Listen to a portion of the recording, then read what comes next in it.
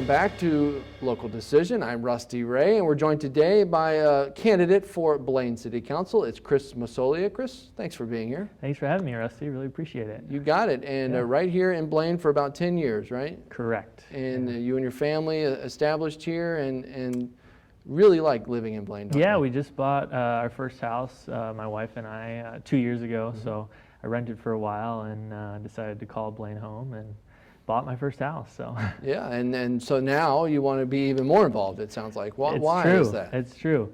My decision to run for city council kind of was sparked by a few different things. I went to a national human rights event out in Washington, D.C., and I heard a speaker there talk about young people getting involved in their city, getting involved locally and letting their voice be heard and just kind of, getting involved. And so I came back from that kind of, inspired off that high of that experience.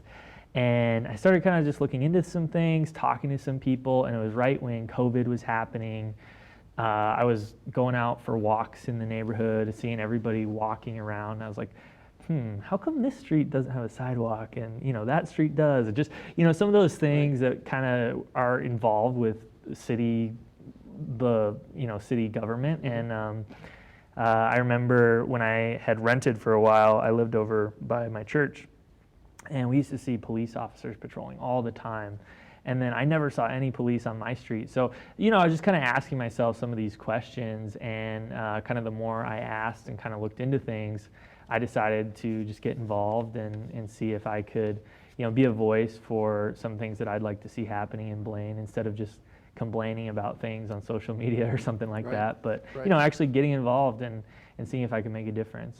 Since you kind of came to that realization or came to that decision, have you immersed yourself in what goes on with City Hall? They do a lot of Zoom meetings, but have you tuned into those? Yep, I've been watching all the meetings since March. So I attended one or two in person before they shut it down, and then I've been watching them all on Zoom. So really appreciate that the city has that capability that we can watch and just be involved that way.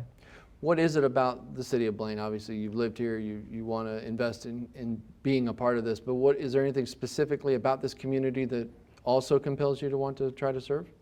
Yeah, I think Blaine is an awesome, growing city. I really love the affordability of the housing. That was one of the big reasons why I wanted to buy a house here was, affordable housing, prices comparatively. I also think that it's a really safe community. I really have appreciated that. Like I said, I'm outside all the time, going on walks, and have a lot of friends that, we go play in the parks and all that kind of stuff. And I think it's just a great open city in the suburbs, and you still feel like you're in the cities a little bit. It's not too far. If you want to go hop on 35 and buzz down to Minneapolis or whatever. But I think it's a great city, and I want to try to make sure that I can help keep it safe and affordable for everybody. Is it kind of easy to kind of pin down what Blaine is? Is it a bedroom community, or is it are there a lot of businesses here that are established? Is it hard to kind of find an identity for Blaine? I don't think it's super hard to find an identity for Blaine. I think we're just a really great northern suburb. That's kind of what I would tell people. I know a lot of people have wanted to, kind of make us the light of the north suburbs and, all these kind of things. And I think that, we can be that. I think, we've obviously had a lot of development in Blaine the past, 4 or 5 years, even 10 years. It'll be interesting to see what the total population numbers are with the 2020 census. But I think we're a great sports community. We're great for small businesses, and we're great for young families like myself. I just think it's a great city to be in. What about amenities here? You mentioned parks and things like that. Are there things that you feel like the city can take an even bigger role with in terms of providing for its residents? Yeah, definitely. I mean, I think the city of Blaine does a pretty good job with its parks and recs, and I really like that we have the Lakeside Commons Beach, which I'm glad that they opened up and are finally kind of monitoring a little bit better now instead of just having like 300 people there. Right. The beach is a big deal here. A lot Yeah. of people enjoy it. Yep. The beach is a big deal, and when they close it, I was on social media saying like, hey, you guys got to open it. You got to do it right. You got to take care of it, and make sure it doesn't get overrun. So I love the beach. I think it's really cool that we have the 3M open here. I worked at TPC for a couple summers when I was younger, and it's nice to have such a nice golf course here. Obviously, the sports center is awesome. It brings in a lot of people. I play flag football at the sports center, and I think that that's a great amenity. I think there's always things that we could have that would be nice. Maybe like a little amphitheater for outdoor concerts, stuff like that. But I think Blaine overall does a pretty good job with amenities for its residents. When you submitted some information for us that we put on northmetrotv.com, we've done that for as many candidates as would submit, and we appreciate that. Yeah. I did read a little bit about what you wanted to see more of in terms of police protection, police force. Tell me more about why you say that, and I guess my big question is, how in the world would that be paid for? Because that's the big concern, especially with the economic climate we're in. Definitely, yeah. I posted a really interesting article from Reuters News that is talking about kind of this collision course of lack of city budget with all these, petitions to defund the police. And, this was something I was running on before the whole George Floyd incident down in Minneapolis. And I'm all for positive conversations. I'm all for reform. I'm all for talking about how we can do things better as a community and as a nation, as a country. I just don't think taking any funding away from the police is the answer. I don't think that that's what the residents here want. I don't think that that's what is best for our community to stay a safe community.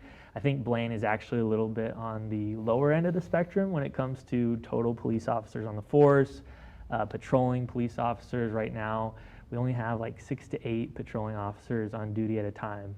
For a city of like 70,000 almost, it's not quite enough. And I would really like to see us get to, more of like the national or even state average. Minnesota is a little bit lower when it comes to like police on duty per 1,000 residents, but we're not even at the state average right now. And so I would really like to see us get to that point, and I think we can totally do it.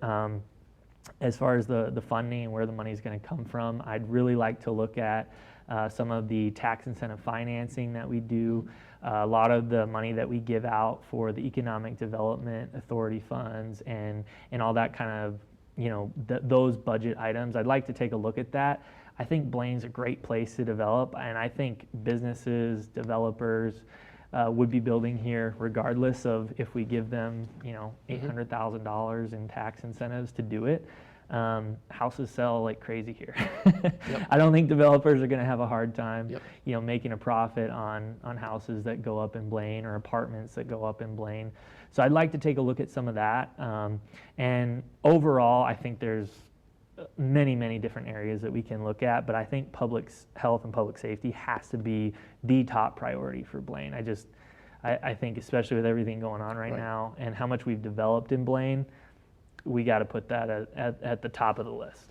Where do you see the city's COVID response so far, and the hard decisions already made and will probably continue to be made? How do you see how the city's handling it so far?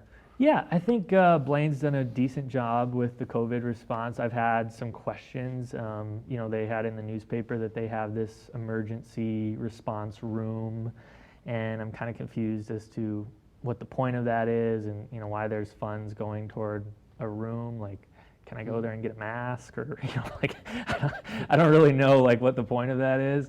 And so I'm not trying to dissect everything they're doing. They seem like they're doing a pretty good job. They've pretty much just been copying other cities and not really taking a super strong lead or being super vocal about certain things.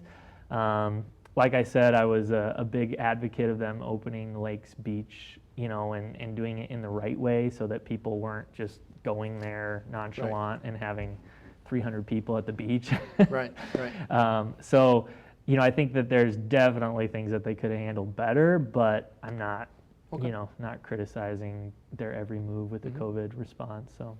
the city right now is kind of at a point where it's one of these political transitions. The longtime mayor will be stepping down, and at least one city council member will be stepping down. So what kind of opportunities or challenges do you see there for city council and for city leadership with this transition?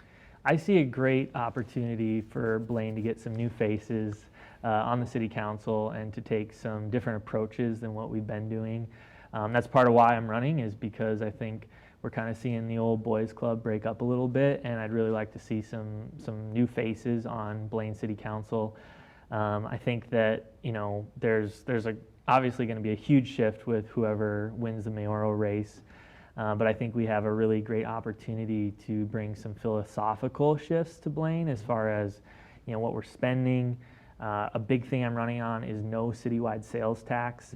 I don't think the city of Blaine should implement a tax on anything you buy in Blaine. I think it hurts small businesses like crazy. I think residents don't want it. You know, they've been saying that we need to increase the tax base here in Blaine, and we've been developing and increasing this tax base. But at the same time, the budget's been going up and up and up and up and up. And so it's like, okay, hey, like, I love development, I love growth, but at the same time, like, we got to make sure we're covered. Like, Northeast Blaine needs to be covered for fire. You know, we need more police on duty to keep things safe. You know, schools, they just built Sunrise Elementary over in Northeast Blaine, and they said that it was going to last like 10 to 15 years as far as, you know, capacity for schools, and it's almost already at capacity. So I think that there's some philosophical shifts that are gonna come to Blaine, and I'm excited to be part of those conversations. And, you know, regardless of the outcome of my race and my election, I'm excited to, you know, be sharing some of these views and hopefully stirring up the pot a little bit when it comes to some of these conversations. So finally, when you talk to people and when you kind of introduce yourself, say, hey, I'm running for city council, this is what I'm about, like what you're doing right now, but face to face with folks.